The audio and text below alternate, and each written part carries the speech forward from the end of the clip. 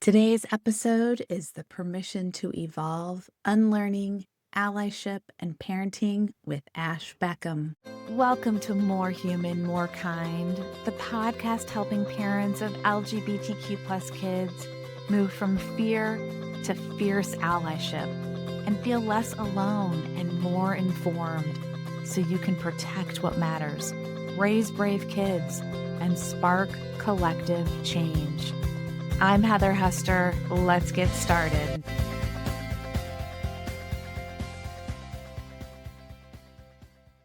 In this episode, we are going to unlearn and rewire, gaining practical insights on recognizing and moving beyond biases without shame or self-judgment. We're going to get the permission to be imperfect and discover how to step out of guilt and into authentic, evolving allyship and parenting.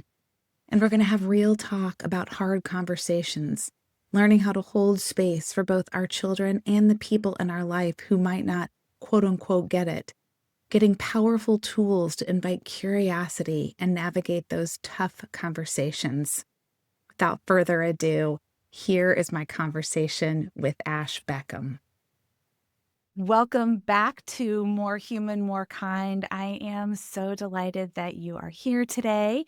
And I am even more delighted to welcome Ash to the show and for you to get to know her and just hear the wisdom that she has to share from her really cool life and lots of fun twists and turns that she has to share. So I just want to jump right in and welcome you to the show. Thank you for being here. Thanks for having me, Heather. I'm excited to be here. So we're just going to jump right in because I am going to direct all of you to watch Ash's TEDx talk after this podcast because it is phenomenal. But we're going to jump right in and talk about some things that we talk about often here. And the first one is really learning how to unlearn biases and looking at that from the lens of we all have them. This isn't a judgment thing. This isn't a finger pointing thing. We've all got them. Now, how do we kind of lean into them, say, ooh, there's a sticky point. Now I want to unlearn it. Yeah, absolutely. I can't remember who said it, but there's this quote of you're not responsible for your first thought, just your second thought and your first action, right? So there are these things that we have a reaction. We are trained as creatures in a very animalistic way to recognize similar as safe and different as dangerous, right? That is like how we land on the earth. And so there is, and that happens from the very beginning, we have things that are learned and there are certain nurture components there, which we'll get into later. But from a perspective of just pure nature, we can't blame ourselves for that, right? So how do we recognize difference, recognize change, see that it's there, have that initial thought, and then what do we do with it, right? How do we expand what we're exposed to, what our interactions are, what our level of empathy is, to be able to question that the way that we see it may be true, but it's not the only truth, right? That there's multiple ways to see things, multiple perspectives to bring in. And so how are we intentionally putting ourselves in situations that force us to confront that, right? And this doesn't have to be explosive, right? I think we think of confrontation as something that can be so disruptive, but all we're trying to do is change the way our brain is wired, right? So when we see difference, noticing how we react, being kind and gracious to ourselves for that reaction, and then doing something intentional, right? Doing it with purpose, on purpose, I think is a key part of unlearning that. But you have to be aware of it first. And we get in this very guilt-driven denial space, I think. And so how do we disrupt that in ourselves, let alone as a parent, let alone in all the other perspectives, but we have to do the work ourselves first. Right. And I think, and say something if you think it differently, but that there's a shame piece in there where 1,000%. when we feel, once we kind of step into that awareness and we're like, oh, like I've always thought this, right? This is how I grew up. This is what I was taught, whatever, it is. And then you kind of step out into the world, that first layer, and you're like, the awareness begins. Yeah. And I think it's that first thought where you start realizing, like, oh my gosh, there's all these other either ways of thinking, ways of being. That first thing that comes is shame. Mhm. So how do we get rid of that? What do we do with that shame? Yeah, well, I think so many people, there's the idea of being a aspiring ally, right? Like you want to jump in, you have some sort of awareness or some sort of connection to the LGBTQ community, to somebody that's different. And you want to just jump in fully, but you already know that your bias, either directly or indirectly, has caused harm, right? Because of the judgments and you feel bad. There's like a guilt that comes of like, how could I think that? How could I know that? How could I, I should, right? And you just like judge yourself to death. But all of the energy that we take in that blame, like I think there is accountability. I think there is awareness, which is really important. And to have that moment or that flash of guilt or shame, I think is completely reasonable. But we get stuck in that, and that stops us from actually addressing the problem and doing the good that we want to do. Right? We're so worried about saying it wrong or not saying it perfectly or not knowing the 56 genders and maybe there's a 57th and I don't know about it, right? Like we feel like there's this bar that we set for ourselves that's unrealistically high in something that we're brand new to, and we don't give ourselves the opportunity to evolve as an ally, to evolve as an advocate, to evolve as somebody that identifies in the LGBTQ plus community, right? It's new and we expect it to be instant, and that our level of commitment or protection of the community is rooted in our perfection. And we would never expect that of anybody else, right? We would never expect somebody to not learn as they go, to not, if you're always getting better. And to me, if that's what we're doing is we're always improving, then that's enough. That's exactly where we need to be. And there's an authenticity in acknowledging what we don't know, what we still have to learn, and to move into that with some humility, and grace for ourselves and for other people. Right. Well, I think that'll resonate with so many people, is that permission, right? To like give yourself a little grace, to be gentle, I have a friend who always says, stop shutting on yourself, right? Like Yeah. that, as soon as you hear that word, as soon as you hear yourself say that, like that should be a like, oh, wait, no. And I love so much, and you say this in a couple different places. I know in your TEDx talk, you say it, in your book, you say it, that this idea of like, stop expecting yourself to be perfect, right? To handle everything perfectly. And for those around you to handle everything so perfectly the first time. Well, nobody's going to handle anything perfect ever, because we're human. So there's that piece of just like leaning into being human and approaching, whether it's your child coming out as gay or, whatever the hard thing is, right? I don't want to say grace, but it is grace, but it's also like spaciousness, right? Absolutely. Like there's room. This is the conversation I would have a lot when I would talk to students that were at whatever age of coming out, and they were coming out to their parents. And that we have to just get a little perspective and realize that we didn't decide one day to be gay, right? Like it was an evolution, and some of us come about it really quickly. Some of us were always open to the fluidity of that. I think that kind of changes generationally, but it wasn't just we woke up one day and did it. So we grew into it, right? And to not allow friends, parents, family members the same room to grow isn't really fair, right? You say something to them. I remember coming out to both of my parents, and there were challenges certainly that we faced along the way, but it's an unfair expectation for me. I was so decided and finally came to the decision of like, this is who I am. And I wanted to say that. And I wanted unconditional acceptance. And I think I always had unconditional love, but acceptance is a process, right? Like there's something there that you have to get your mind around seeing the world in a completely different way. And we have to allow people some growing pains to get to the point that we just turn as a kid, we or friend or whatever the relationship is, we just turn someone's world upside down.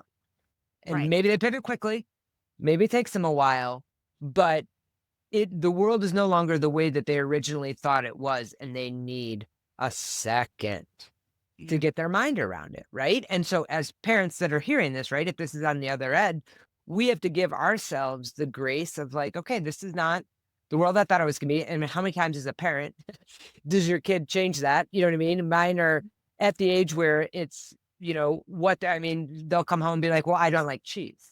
Be like, you've eaten cheese for the last 7 years of your life with no complaints. All of a sudden you don't like cheese? Like, how is that possible, right? And as the stakes get higher and the things become different, or, all of a sudden, like, I no longer like Bluey, now it's Spider-Man. It's whatever, like, the flavor of the day is, right? And it changes, but it's their world and their reality. And as parents, we're constantly navigating a world that's no longer the way that we think it is, based on the autonomy and agency of our kids. And what else do we want them to have but that?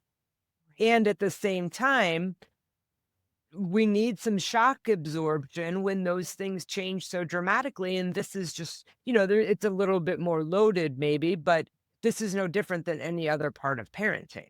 Of your kids just tell you like, it's actually not the way it is anymore. This is the new way. Come on. Get on board. Right? Right.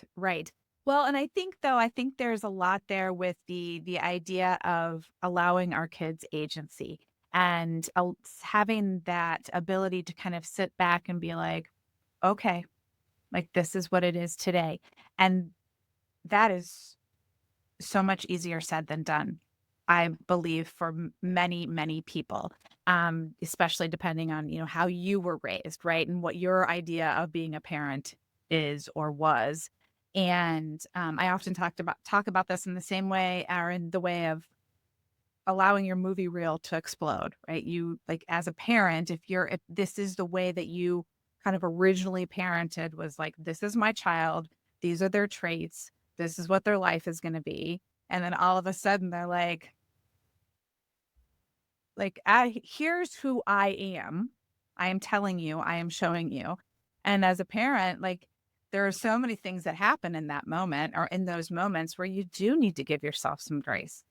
Your child, like, the only thing they need to do is give you a minute, right? That's the only thing. But there's so much work as a parent to wrap your head around that, allow that movie reel to explode, and learn the things that you didn't know before. And so there's, like a million little things that are happening in that moment, depending on your parenting style, kind of leading up to it, right? And I think what you said is so beautiful. If I just go back to it for a second, is I don't think you can be a better parent than someone who allows space for your child to come to you and say, this is who I am. Like, what you've won. You've done it. You get the prize, the gold star, straight A's, like whatever. Like, if Right. you are succeeding as a parent, if you've created an environment where they can actually do that. And I think as a parent, again, that's when the work comes to do but like, you've succeeded. And now what do you do with that information?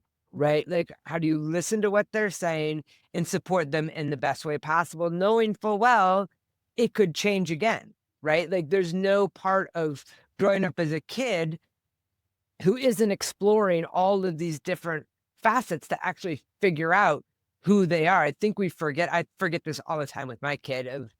I expect them to have because I have all of the knowledge, so I can help aid in the decisions, that they need to make, that they have that knowledge and they're not accessing it, or but they, like, all of it is new. Everything they're doing is new. My son just starting to participate more heavily in sports.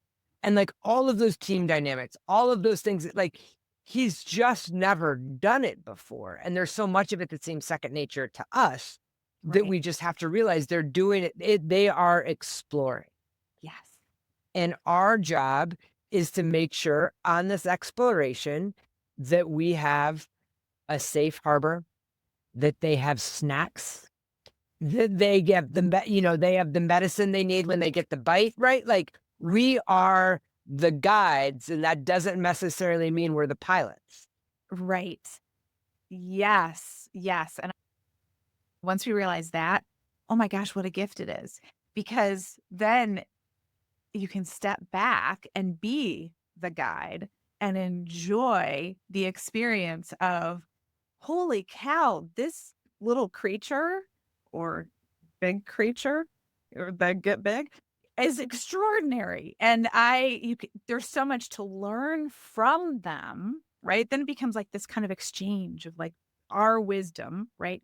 Our creating safety for them, our guiding them to then being allowed to see the world through their eyes, which when we give them that space, when they feel safe with us, right? When they have that feeling of like, ooh, I can be me, then they share stuff that is like mind-blowingly amazing. And so that's like part of the gift, I think. And also just that acknowledgement of, yeah, it's hard to sit back sometimes and not say, well, I think you should do it this way. Or here's all the things that I know that I want you to know that, you know, they may or may not care about. Totally. Probably not. And like, and not even I think you should do it this way. Like, I know you should do it this way. It's not even an opinion. This is just a fact of the way that you should do it. It's like, why are we even debating this? I feel like is the part that's so ridiculous. But at the same time, like that all of those moments are learning, and that experiential learning, that it's our responsibility to sit there and be that safety net when they inevitably fail or have their feelings hurt or make a mistake or do the things that you have to do to actually learn. Right. Right. In addition to holding space for just them to be them, their little authentic, amazing selves, what other ways do you recommend or can you suggest for creating a really affirming home environment? Well, I think obviously open conversation is like the best one. I feel like even in my most contentious times with my family, even if we were screaming at each other through slammed doors, like we were always talking, always. Right. And so I think that is a huge piece. I think that there is something about also sharing your own vulnerability as a parent, right? Like we think that we don't want our kids to know that we're worried about them, right? Or that we don't trust a friend that they hang out with. We don't want to put those ideas in their head that we're constantly concerned about their physical and emotional well-being, right? But they know. And if we can't be clear as to why we're worried with them, then they're going to make up a story of they don't, if I'm the kid, my mom doesn't trust me. My grandparent doesn't think I am responsible enough. They think I make bad decisions, right? But that's so rarely do we doubt our kid. We doubt the circumstances our kid is put in. We might question their ability to make the right decision, but we don't trust other people. We almost always trust our kid. Mm-hmm. It's everything else that worries us, but they take that as us not trusting them.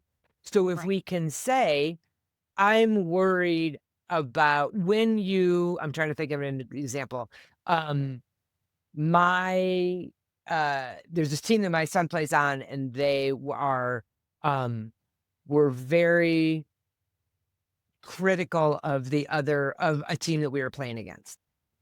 And of course, you want to be like, it's sportsmanship. It's like all of these like high level concepts that they don't really understand. But so I didn't want my kid to have a play date with this one kid who's kind of the instigator in that. And if I could explain to him, and I often use too many words, so my wife is always telling me to like condense it a little bit to keep their attention. But if I could say, hey, buddy, when you speak like that towards a coach, that's not showing respect. It's not showing respect for yourself, the other team, or for the coach. And then you try to do a little bit of empathy, right? It's not you should be a good sport. I raised you in a different way. It's none of that stuff. It's explaining when you exhibit certain behaviors or you're in certain situations, I, as your parent, worry about X, Y, and Z. Right. I need you to know that. The end, period. Right? Like that can be the end of the conversation, especially as the kids get older, especially as trust and honesty become so pivotal in the relationship.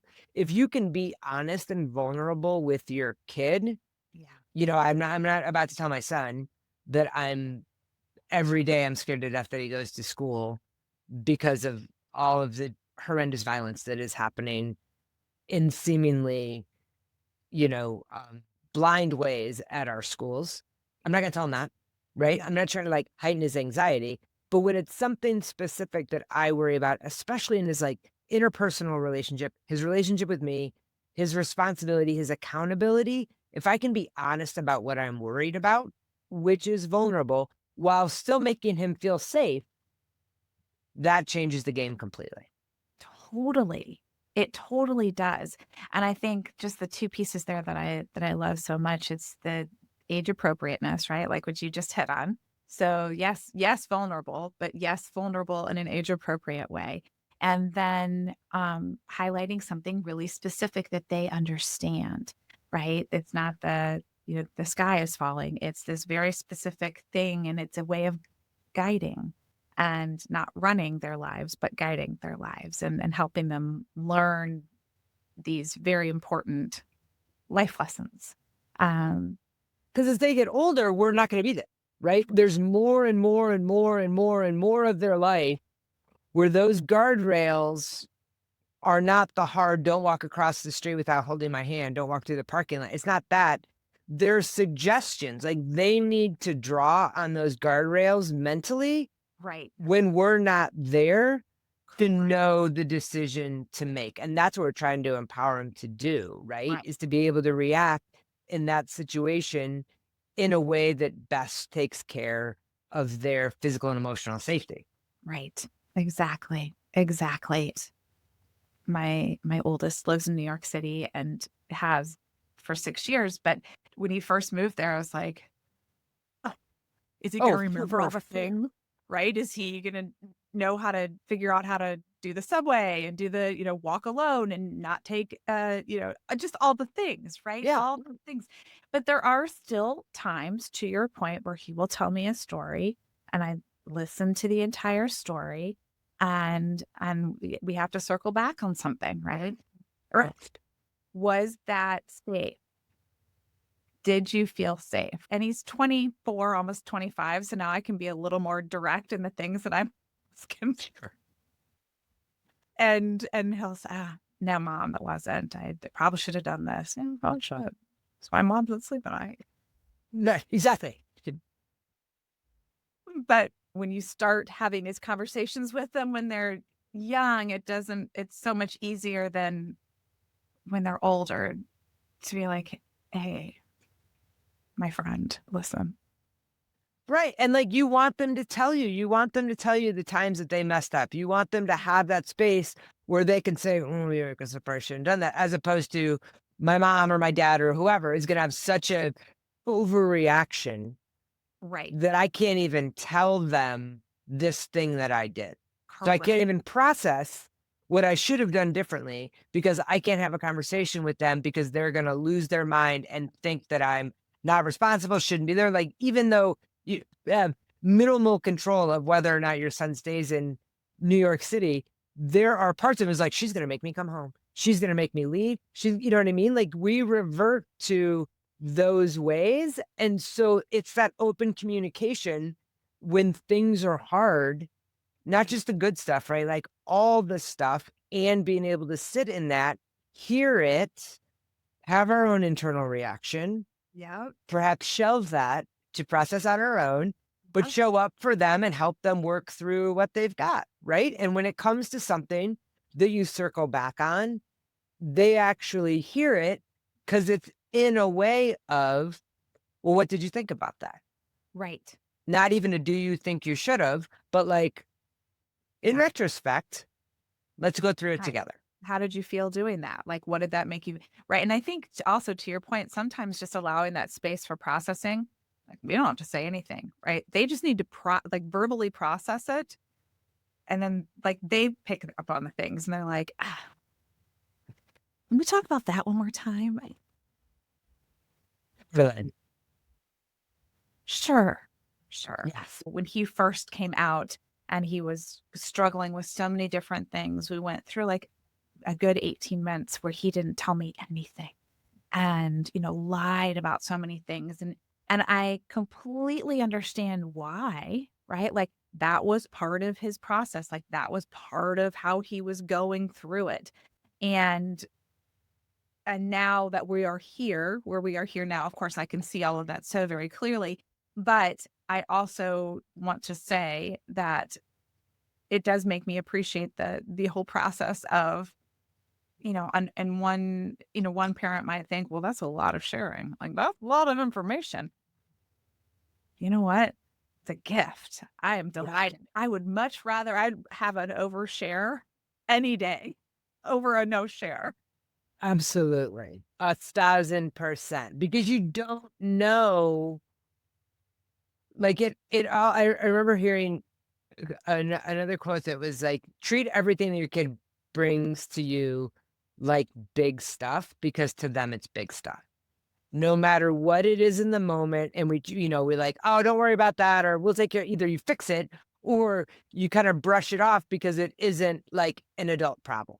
It's, but to them, like, then they just stop bringing things to you.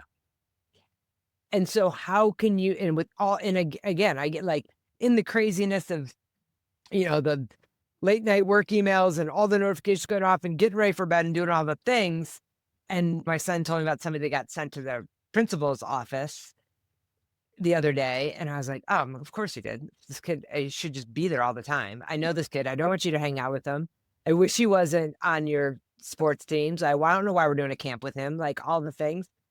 But and I think they, especially at the young age of my kids, like they bring those things back to you to see how you were, to test it out, right? Like, how are you going to respond? What do you think if that happens to him? Well, what if that happens to me?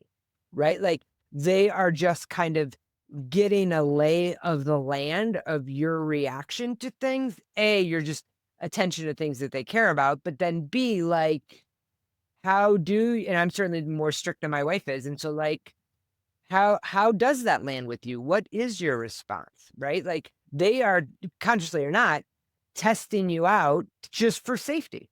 What does safety look like? Or they like have it in their context that exists in their school and they bring it home to this like safe space that they know, and they kind of lay it out on the table. And what does it look like in this light? Right. And so again, like I couldn't underscore more what you said of like, please let my problem be the overshare.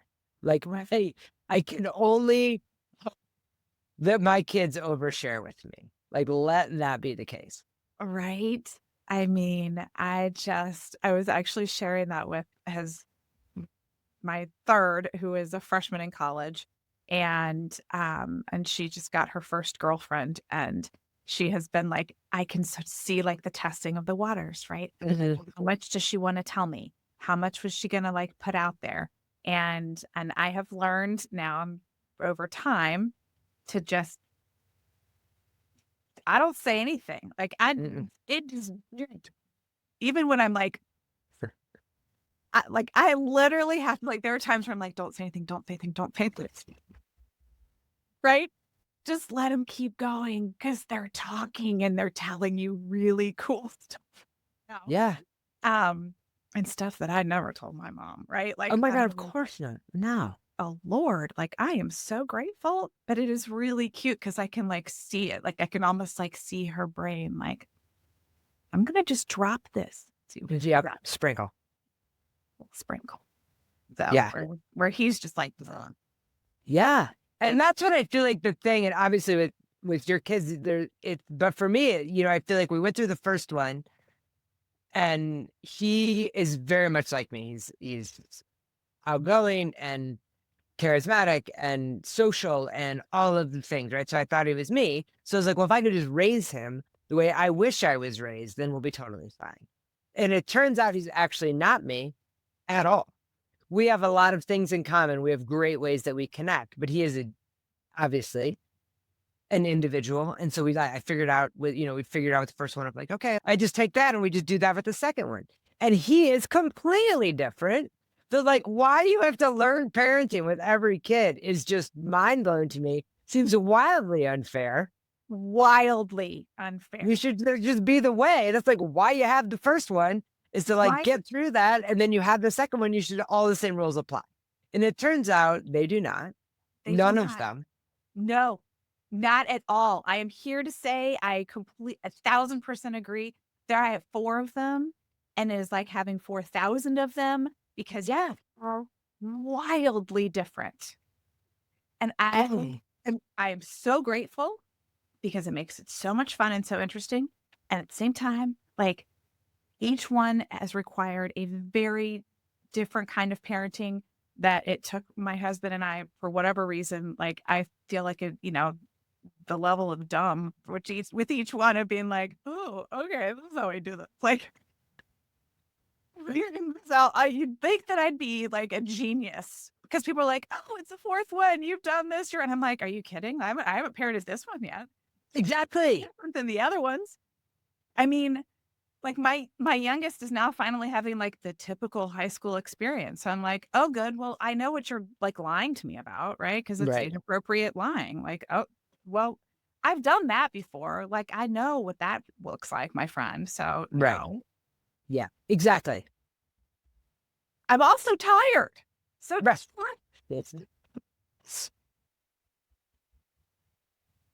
Totally.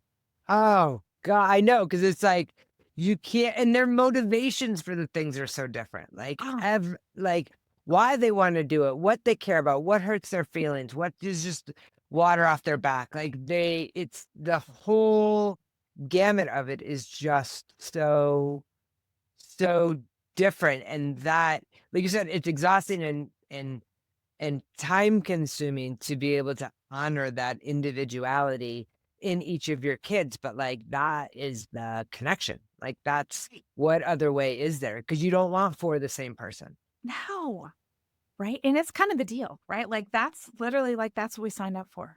Yeah. Well, we didn't know that when we were we didn't. They don't tell you that. Signing on the dotted line and being a parent. That wasn't in the manual. Yeah. But oh my gosh, it's so fantastic. And all the time, I mean, every single day, I'm so grateful because the relationship that I get to have with these kids is extraordinary, right? And kind of what you had said earlier, and I'd love to touch on this a little bit because I have a feeling there's some touch points in here that I want to hear.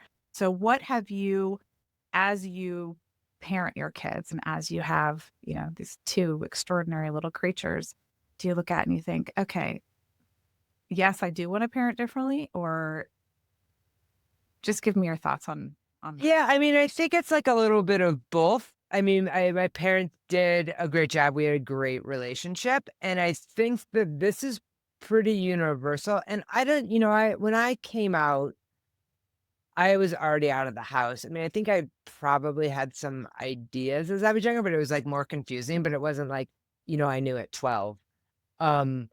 So I kind of needed that independence and autonomy to be able to make those decisions. But I do think, and this is, again, it doesn't really matter. It was more like my gender expression and kind of how I landed in the world. And this was in the 80s, so a different environment. But I don't know if my parents fully saw me for who I was. And I feel like I am trying really hard to see my sons as who they are and not who I want them to be or who I think they should be. Right. I think that's like a big switch. And I don't like blame my parents for it. I think they had an idea, they had the movie Reel, and, there was like a pretty significant pivot there, and they got on board and did all the things. But I think that there are some pieces as a kid, like when they show you who they are, believe them and support that person. And I think I'm really trying to do that, but it's hard again, because I mean, and everything from like, it's right. You've been down that road, you've walked that road and you get it. And also just like the efficiency of time and space. It's like a house that functions. Right. And so like your individuality is not working for my functioning house right now. Like, it is not working. We are not finger painting at 8:30. Like, you can be as individual as you want, but like, I need a house that functions. Exactly. Yeah. So I think it's that balance of honoring that and also trying to create a world that doesn't revolve around that. Right? Like Right. that give and take, especially in the way and in how a life of on demand that these kids are accustomed to, and they don't know any different, is really challenging to create an environment where we can honor you as an individual and see you for who you are, and have you have an understanding that we have 4 humans function in this household, and it needs to work for all of us. Right. Right. And I think I like the way that you said that. And thank you. You got to where I was trying to go. I was having a hard time with that question no. for some reason. But the whole like idea of generationally, we have so much more information available to us that our parents did not have. And they did the best that, with the information that they had and the expectations that they had. Right. And now we have all this information available to us. And we are trying to, I cannot say it any better than you just said it. So just creating what you're creating and what I've created takes a whole different way of kind of looking at parenting. So I appreciate you sharing that very, very much. Are many who have parents, grandparents, extended family of some kind, longtime friends who perhaps may not be affirming, may not be allies. What is your recommendation, or what do you kind of teach others in your teaching for how to have a conversation with one who may not be affirming? Yeah, I think the most important thing that I ever think about in those environments is a couple things. One, you're in the same way that you would want your kid to give you grace when they explain something like this to you, how they identify, whether they're questioning, whatever's happening. Like, you need a second to like get the new film reel in, as you said. We got to give other people like a second. Best case scenario, they're like on board and doing it. Worst case scenario, they're not. And I think there can be a window, right? There can be a time where people are figuring it out, where they're finding their own resources. They're questioning the things that they're like going through their process of figuring it out. I don't think there's anyone in our lives where we have to continue to force a relationship that is not good for our kid, right? Like, you can write people off. You can pause hanging out with folks. You can set some boundaries and some parameters, right? But you're going to have, Uncle Steve who's not going to get the pronouns right. Right. If Uncle Steve doesn't get the pronouns right a couple times, then to me, there's no like number of times. It's your gut. Like, is Uncle Steve trying? If Uncle Steve is trying and your kid is good with it, then okay. But when if there isn't a willingness and an openness, even like a sliver, then that's a relationship that you can revisit later. But I think it's giving people, again, a little bit of grace, like we talked about before, to kind of give some growing room in that. Right. And to be the intermediary for your kid, because to be in the power dynamic in a family where you have an elder in some capacity, like that's hard for the kid to be the token, but you can have this conversation with them to be like, it is the epitome of ally work, because they can ask you all the questions that they're never going to ask the kid. Right. Right? Like you can be this like just vast resource of knowledge for people. So the ways in when you get offended, you kind of turn down a little bit, and the ways that you're empathetic, you turn up a little bit, and you show up to be a resource for somebody that because they probably think you have the same questions. Like that's the superpower of allyship, right? Is like if you are not one of, but you are standing with. So to me, like that's an ally. You're not part of a group, but you're standing up and for a group. Right. Somebody can connect with you because they are also not like them. So the questions that you had, whether they're ignorant and not ignorant, stupid, ignorant, lack of knowledge, Right. or they're simple, or they're logistic, like whatever they are, if you can just be there to answer those questions, it does a tremendous part for connection. And I would always go back to like, I didn't want people to think differently. My parents, I had moved away when I came out, and I came back, and, what would their friends think? Would their friends think that they were bad parents or whatever? And I was like, I don't want them to think differently because of me, because I'm gay. I want them to think differently because of gay people, because now they know one. It like blurs that us-them line so dramatically that you really have the ability to like, well, that doesn't square. Like all of a sudden, things don't quite square when there is negative language or stereotypes against your niece or your nephew, right? Like sometimes it's easier for those folks to get on board if they have that a little bit of growing room and growing grace. I think that that's important. And also that you don't have to maintain relationships with everybody. Like things change, people change. And if that relationship is no longer serving you, either because of the way that they act towards your child or the way that they act towards you, you don't have to maintain that relationship. You can revisit it, you can come back to it, but you can draw boundaries for your own safety, mentally, emotionally, physically, and the safety of your kid. And that's totally fine. It is not your job to make everybody love your gay kid. Like that is not, it'd be great. Right. But like you can only control what you can control. You can't control how somebody else reacts. So at a certain point, you gotta let one go, or at least take a break from it. Right. Right. I mean, I think that the biggest thing there is the boundaries, right? And letting it marinate, being open to answer all the questions that need to be answered, that people are curious about, and letting people know that the space is open for that, like welcoming the questions. Yeah. And letting them marinate with the questions or the answers to those questions.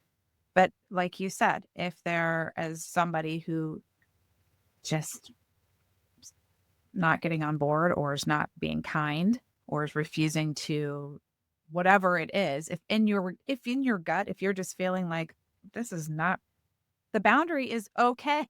It doesn't matter who it is. So I think there are several very important pieces of that. So thank you so much for sharing that. I do. Yeah. And you're like, and I think you're right.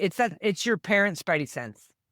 Like it just exists in your gut and you just trust it. Yeah. And you don't have to defend it.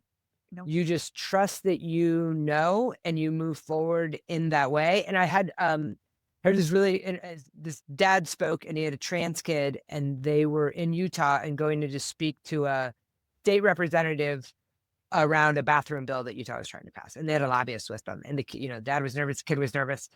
And he's like, what are we going to say? How am I, this 14-year-old, going to change this guy's mind? And the lobbyist said, no. Your job is not to change his mind. Your job is to get them to doubt the certainty of their position just slightly. Right? Like what you had said about curiosity made me think of that, because like, if you can get somebody who believes so strongly in something to be curious, you're on the right path. That's all we're trying to do, right? Like, they don't have to agree with you, but if they're curious enough to ask questions, even if they're offensive, if they're curious enough, there's willingness and openness to have those conversations, you are changing the certainty of their position just slightly. And that's all we can ever ask to do.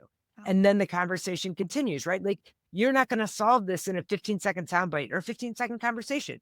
But the next time they have a question, a week from Tuesday, or they see something on the news, you want them to come to you and say, hey, I saw this thing. What do you think? Like, that's a conversation. That's how we all grow. That's how we all learn more. That's how we all have openness, right? So I think you gauge your gut on those things and trust that. Yeah. And I like that so much, like knowing that that is enough. That is enough right there. If you can shift anyone out of judgment and fear, because judgment and fear is what keeps people like locked in and locked down. The moment that you can like peel off a little of that and they're like, oh, wait, then they start seeing all these things around them, right? And hearing things that perhaps they never heard before. That is going to spark more curiosity. That's going to spark questions. And I mean, that's the thing. That's the thing right there. Yeah, because you're filtering, like, if you hear it on the news, you filter for things that apply to me, things that apply to me, things that apply to me. Then all of a sudden it's something you're like, well, that applies to my nephew. Wait, what? Wait, hang on. I gotta go back to that, right? Like, it flags of like, we have such an onslaught of information right now. Does it apply to me? And we're like filtering all the things. Well, the we expands, and all of a sudden that affects us, right? And what I would consider my us. Now all of a sudden it's important to me. Oh, now I want a little bit more information. Well, wait a second. That doesn't sound right. Like, you get so much more critical of things when it feels like it applies to you by extension. Right. Exactly. Ooh, that's so good. So good. Oh my goodness. I think we're going to end on that really awesome, strong note. Give everybody something to think about. A lot of some things to think about, right? Yeah. Oh my goodness. Is there anything else that you would like to throw out there or share before we wrap it up today? No, I mean, I would just want to tell all the listeners, like, you're a good parent. Like, if you are listening to this podcast, you are putting in the effort. You are a good parent, right? And so keep doing what you're doing. We're all trying to get better. And a good parent is not one that doesn't make mistakes. It's the one that tries to learn from them. And I would say that your audience is full of those people. So your kids probably don't tell you, mine don't. But like, you let somebody tell you today that you're a good parent. Thank you so much for being here. I really appreciate it. That was awesome, Heather. Thanks for the great conversation. Wow, this conversation with Ash Beckham was such a beautiful, deeply human invitation to unlearn, to be gentle with ourselves, and to embrace the messy, evolving work of allyship and parenting. We explored how to move beyond shame and guilt, how to hold open space for our kids and ourselves to grow, and how to bring curiosity and compassion into even hardest conversations. It's a reminder that the real power isn't in knowing everything or getting it perfect. It's in showing up, learning, and trying again. And that in itself is enough. Thank you so much for taking the time to be here today. It is such a delight to bring you new episodes every Tuesday and Friday. If you want more information and tools like you heard today, go to morehumanmorekind.com.